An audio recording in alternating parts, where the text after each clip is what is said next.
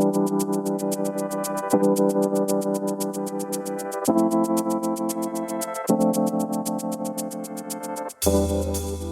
to the Factal Forecast, a look at the week's biggest stories and what they mean from the editors at Factal. I'm Jimmy Lovaas. Today is July 23rd, and in this week's forecast, we've got catastrophic flooding in Chile, an election in Pakistan-administered Kashmir, a State of the Nation address in the Philippines, an inauguration for Peru's new president, and a meeting of the U.S. Federal Reserve. You can also read about these stories and more in our weekly newsletter, which you'll find a link to in the show notes. Up first, we'll take a look at the terrible flooding in Chile. For more on that, I've got the lead for our Latin America coverage, senior editor, Jeff Landset. Hi, Jeff. Hi, Jimmy. How are you? I'm well. Hope you're doing well today as well. Thanks for taking your time today to speak with us. I know you've been following the flooding in Chile rather closely, and I'm hoping you can get us all caught up on what we need to know. So, what's been going on? Yeah, so over the past week or so, they have seen some pretty significant flooding and actually even some snow due to this atmospheric river that has hit the northern and central areas of Chile. The areas that have seen the most damage have been Coquimbo and the Huasco province. They've been some of the most affected. Some of these areas that we've been talking about have got more than a foot of rain just in the past week, which is fairly uncommon for this area. And this isn't just in the rural areas. This is pretty widespread. And even Santiago has seen power outages and pretty terrible weather over these past couple of days. And then obviously, this has not been without some tragedy. There have been more than a dozen people who have been killed in this storm. Thousands of homes have major damage, and then tens of thousands of people have been told to leave their homes or can't stay where they usually live. So this is a pretty awful situation for anybody in the area. And then obviously one of the things that has made this just such a bad storm, potentially one of the worst storms in decades for Chile, has been the El Niño weather phenomenon, which has essentially turbocharged this atmospheric river. And what's the latest been? Have you seen any recent developments? Yes. So over the past week or so, the officials have come out every day with new death tolls and the number of people who have been injured and the number of houses that have been damaged or are under investigation. But actually, in the past 24 hours or so, we have seen that 3 people who were missing in a snowy canyon for 6 days in the metropolitan region were actually found alive on Wednesday. This was due to a break in the weather on that day, and there have been a lot of news coverage about how this is one of the triumphs of Chile in the time of tragedy that we've seen in the storm. What sort of reactions have you seen to the situation? At this point, it has been about mostly search and rescue, and we have seen a lot of people just trying to keep their heads above water, almost literally. But we also are starting to see a couple of local officials who have made it clear that they're not happy with the response, the emergency response that they've had. The mayor of the capital of Coquimbo basically said their emergency plan didn't work. Their water supply has not worked for several days, and she says that it may not come into place until Saturday. So there may be residents of La Sirena that may not have water until the weekend. So at this point, it's almost too early to start second guessing what happened, but a few of the officials there have already said that they aren't happy with how things were handled. Well, considering all that, what do you think folks ought to be watching for next?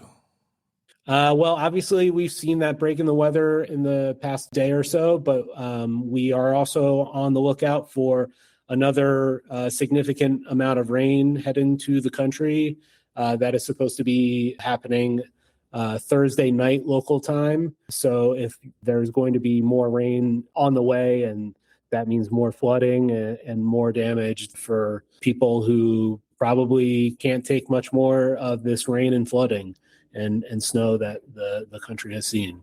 So as that happens, that is one thing to look for, as well as, like I said before, El Niño is turbocharging all of these weather phenomenon. So just at the beginning of the El Niño phenomenon starting, we may see storms like this for several months now that have been very deadly and destructive. Well, Jeff, we'll pause there for today. But again, thanks so much for your time and for keeping such a close eye on things for us. Appreciate you. No problem. Thank you.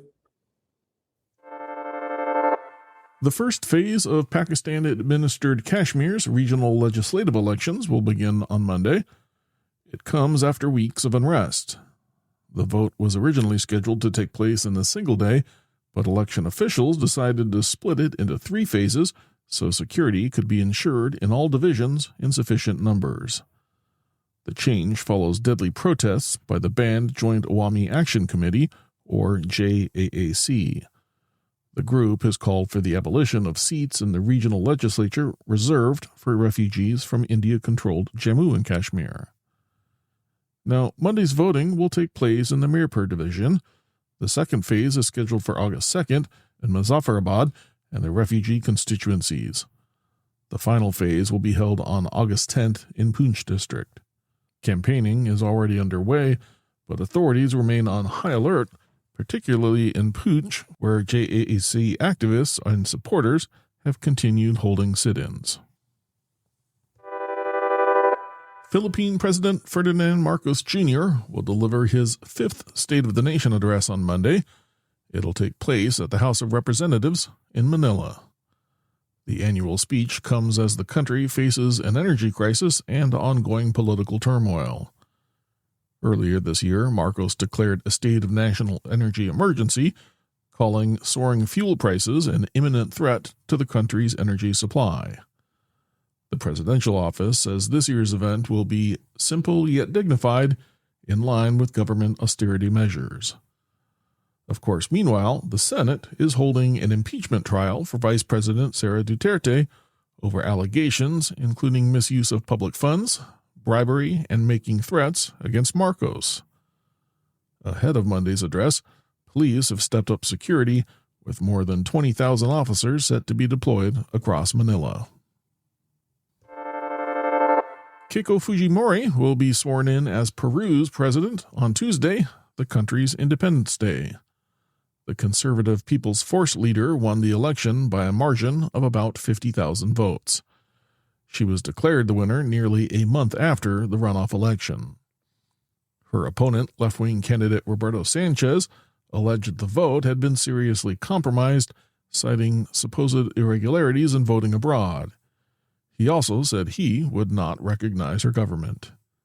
Fujimori made public safety a central issue during her campaign, pledging to tackle rising organized crime. She takes office after a period of protracted political instability in Peru, one that has resulted in 8 presidents over the past decade. Now, Keiko Fujimori is the daughter of the disgraced former president Alberto Fujimori. He was eventually jailed for crimes against humanity and remains a controversial figure in Peruvian politics. No doubt something Keiko Fujimori had in mind as she sought to soften her image during the campaign. After her victory, she called for unity and said she had learned from her past mistakes. Invariably, one of her first challenges will be rebuilding trust in an institution that has been severely eroded and undermined by a decade of instability. The U.S. Federal Reserve's monetary policy-making body will begin a 2-day meeting on Tuesday. The Federal Open Market Committee will assess the U.S. economy and decide whether to change interest rates. At its last meeting in June, the committee decided unanimously to hold interest rates steady. Officials said the fundamentals of the U.S. economy remained strong, but pointed to inflation and elevated uncertainty linked to the conflict in the Middle East. Recent economic data has been mixed, with concerns about gas prices, the sustainability of job growth, and consumer sentiment. Now, the committee can choose to raise, hold, or lower interest rates, with holding being the most likely course of action. Although there is a growing chorus in voices calling for a hike in rates to push back against persistent inflation. Finally, the conflict with Iran and uncertainty over the Strait of Hormuz are expected to factor into the committee's decision-making, but could be offset by robust employment and economic activity data. One final note for you, the podcast will be off next week, so our next episode will be out August 6th. In the meantime, we are a 24/7 newsroom, so be sure to follow us on Blue Sky, Threads, or Mastodon, where we'll still be posting breaking news. As always, thank you for listening to the Factal Forecast. We publish our forward-looking podcast and newsletter each Thursday to help you get a jumpstart on the week ahead.